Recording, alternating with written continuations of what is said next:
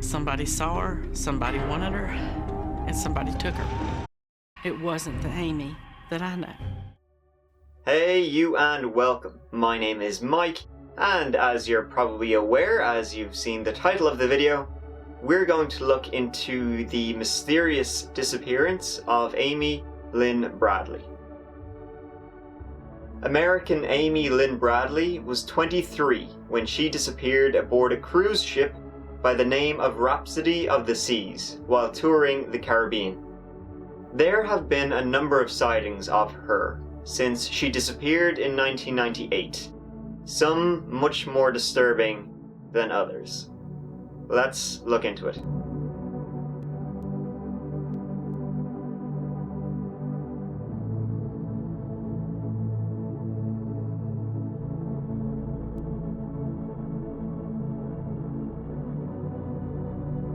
Amy had graduated Longwood College with a degree in physical education. She was quite an athlete herself. She had her own apartment and planned on pursuing a master's degree in sports psychology, after which she would become a teacher. On the 21st of March 1998, 23-year-old Amy Lynn Bradly, her parents Iva and Ron, and her younger brother Brad, all from Chesterfield, Virginia, left for a week-long Caribbean cruise aboard the Rhapsody of the Seas, a cruise ship with the max capacity of 2,500 people. It was a big-ass ship. Her father, Ron, had been gifted the cruise as a performance reward from his workplace, Illinois Mutual Life Assurance. Amy, however, she was a little reluctant to go. She was apprehensive. She wasn't terribly excited about it, but she never gave a reason why. She wasn't a huge fan of the ocean, but she was an excellent swimmer. The ship set off from Puerto Rico, with the extremely happy Bradleys aboard. Well, maybe not so much Amy. On the morning of March 23rd, the ship dropped anchor in Aruba, where this picture was taken. After a day in Aruba, they returned to the ship and joined the big party that was happening aboard. At about 1 a.m, the ship disembarked for Curacao. The parents then went off to their own cabin to sleep, while Amy and Brad joined the party still rocking that night, with the house band The Blue Orchid. Brad went back to the cabin about 4 a.m, presumably bollocksed from partying. Amy joined him 15 minutes later on their balcony. Shortly after that, Brad decides it's time to go to sleep. Amy, however, remained on the balcony. About an hour later, at 5 a.m, her father wakes up as the ship it would be docking soon, and he finds Amy still out on the balcony. She was asleep on the deck chair. There was a packet of cigarettes beside her, and the sliding door was closed. He then goes back to sleep for about 20 minutes. And when he gets up, Amy is gone. He noticed that the cigarettes were gone and the sliding door was open. None of Amy's shoes were missing, leading Ron to assume she had just gone out for a soft drink or snack from the vending machine. When she didn't return, Ron went on deck to search for Amy. After searching for an hour, he starts to panic. He alerted his family and then the ship's officers. By the time it was discovered that Amy was missing, the ship had docked at the island of Curacao. At this point, the family begged the crew not to let passengers disembark at Curacao, not to let down the gangplank. They wanted to account for everyone on the ship. The captain agrees to search the ship, but he lets passengers get off. He opens the gangplank, lets everybody get off. This would prove to be a huge point in the search for Amy. After searching the almost 1,000-foot ship, they found nothing by 5 p.m. that day, searching for 12 hours.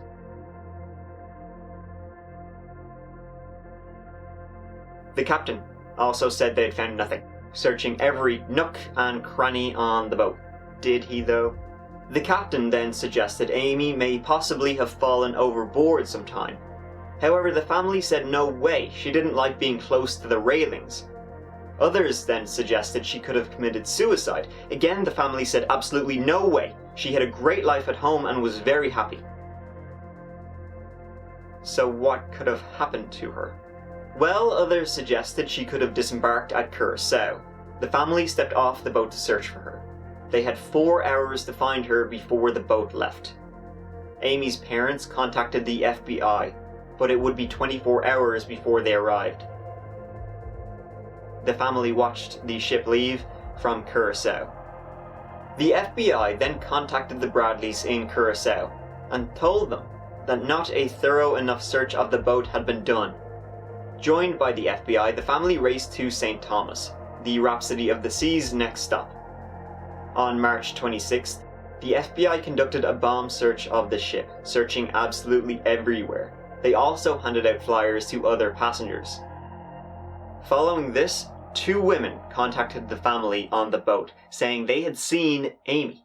They claimed they had seen Amy around 5:45 a.m., after Ron had awoken and seen her that morning, heading to the ship's dance club with the Blue Orchid's bass player. His name was Alistair Douglas, and he was the last person to be seen with Amy. Brad had seen him dancing with her earlier that night. Now, the morning she disappeared, when the family they were still searching the ship, he had come up to Amy's brother Brad and said, "Hey man, sorry about your sister." At that time, the only people who knew she was missing were the family, the captain, and his security team. He should not have known that something had happened to her, or that she was missing. He was brought in by the FBI. He then changed his story, claiming he knew nothing about her. Questioning him revealed nothing. The FBI then find that the ship's photo service, which takes photos of the passengers, which you can then buy if you want, were all missing photos of Amy. Amy was in none of the photos, which had definitely been taken. They went missing about 10 hours before she disappeared, and it was only hers that were gone. Her pictures were missing about 9 to 10 hours before she disappeared. Out of everyone on that ship, her pictures were the only ones missing. And that's when the kidnapping theories began. Did someone steal her photos to show her to prospective buyers? Was Amy being trafficked and sold? No one on the ship was charged with her disappearance. The family then had to disembark and flew home. The family then launched a nationwide campaign to find her. A $200,000 reward was offered for information about her. On April 21st, the family returned to Curacao and handed out flyers all over the island. About 24 hours later, a taxi driver contacted the family, saying he had seen her the morning she disappeared. She had disembarked from the Rhapsody of the Seas when the captain let down the gangplank. According to him, Amy frantically approached him when passengers disembarked, asking for a telephone. He remembered her green eyes. They searched the entire island, but came up empty. 4 days later, Brad heard her voice coming from a passing van. They caught up with the van, but it just had some guy in it. Either it was the wrong van, or he imagined it. They then came back to America.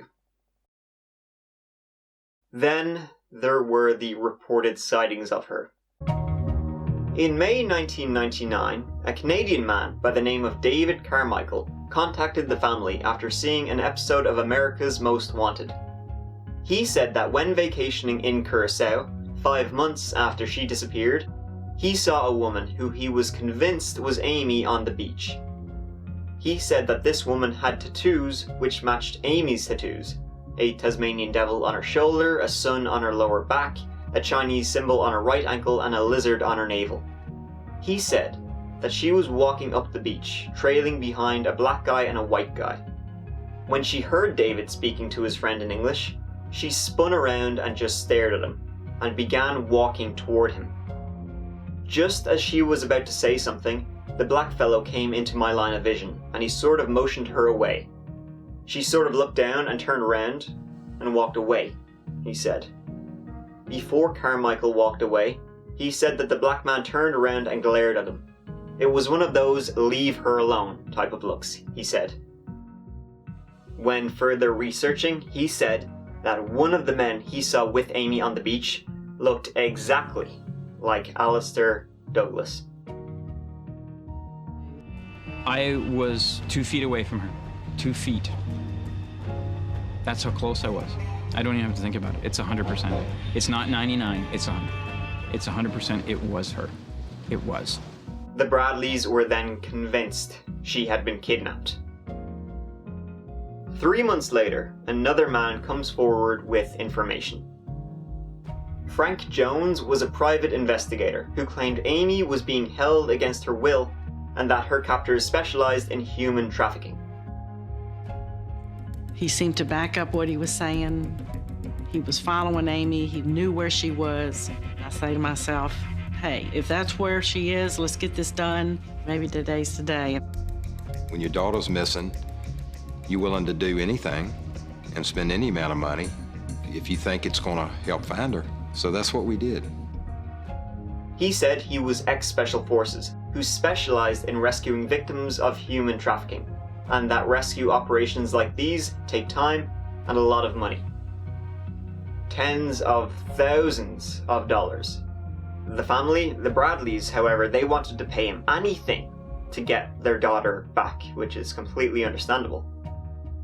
Over the next year, Frank Jones began surveying the island and sent images to the Bradleys, allegedly of Amy with the same tattoos. On September 22nd, he said he had enough information to rescue her, but that to do so, he would need another $100,000. Ron Bradley borrowed the money from his boss to pay him. However, before signing off, Ron's boss wanted to be sure the tip was legitimate, and so in November, he sent a trusted friend, security contractor Tim Buchholz, to Curacao to monitor Frank Jones and his team. After a few hours there, he contacted the family and said that Frank Jones was spending the money getting wasted on Curacao. He had nothing, no information on Amy. Frank Jones was a con artist. The photos he claimed were of Amy were faked. Frank Jones had taken over $200,000 from the family. He was later arrested and sentenced to 5 years in prison and ordered to repay the money. In 2001, William Hefner, a member of the US Navy, said he was with the crew of the destroyer USS Chandler when it visited Curacao in January of 1999. He said that one evening he was having a few drinks in the bar of a local brothel. While prostitution is legal in Curacao, this particular brothel was not. Hefner said it was off limits to Navy personnel, but he was just curious to have a drink there. Yeah, of course, just a drink. He said that while sitting at the bar, he started chatting with these two men who were sitting with two women he presumed were sex workers. After chatting for a while, one of the men went upstairs with one of the women. The other man stepped away from the bar for several minutes, leaving Hefner alone with the other woman. He said, "She grabbed my arm. She said she was in trouble. She said, they've got my papers and I can't leave the island." He said the woman grabbed his hand and told him her name and asked him not to forget it. The name he remembers the woman saying is Amy Bradly, though with a T, not with a D. Or at least that's what he thought she said. He told her that if she was a US citizen, then all she had to do was go to the ship in the port and ask for help. Before she had a chance to reply, the other man appeared and she fell silent. Hefner forgot about the woman until he saw Amy's photograph on the cover of People magazine, several years later. He said that was her. However, by that time, the brothel had burnt down. In 2005, this photograph was sent to Amy's family by an organization that tracks down potential sex trafficking victims on adult websites. The woman in the photos was advertised as an escort under the name Jazz. Several forensic experts analysed the face of the woman in the photograph, pointing out similarities between her and Amy. One said he would bet his career on it being Amy. The Bradleys are certain that the woman in the photograph is their daughter. Investigators tried to pinpoint the IP address of the escort site, but had no luck. Also in 2005, on Barbados, Judy Moore came forward with more information on Amy. Judy and her husband were vacationing there, and when Judy, while doing some shopping, she went to use a department store restroom. While in the stall, she heard the door to the bathroom open, and she heard men's voices. Listening to their conversation, she heard one say, "The deal's at 11 o'clock, and you better be ready to go. You better cooperate, you better not mess this up." The men then left, but there was someone with those two men who didn't leave, and Judy found a woman cowering by the sink. Going to her, the woman said she's from Virginia, and her name is Amy. She then begins to walk towards Judy, and the men return. She seemed terrified of the men. Judy then left the bathroom and said there were 4 men waiting outside. 9 months later, she found the most recent photos of Amy, and that was definitely her who she saw in the restroom. By the time detectives got to the store, the trail, it was long gone. That was the last lead in the disappearance of Amy Bradly. She would be 44 years old today, if she's still alive, wherever she is. Some don't believe some of those stories. Some think they could be lying, they could be trying to get money out of the family, like Frank Jones did. For example, the story Will Hefner told about finding her in a brothel. He reports that she said they had her papers, but the family had all her papers back in the cruise ship from when she disappeared. She had left her passport back in the ship. She didn't have any papers. Some people think that tip could be bullshit.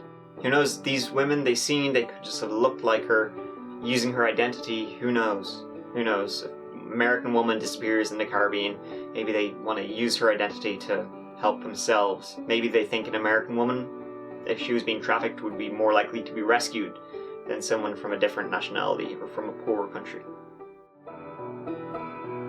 Thank you so much for watching. I really appreciate it. I'll see you as always real soon in the next video.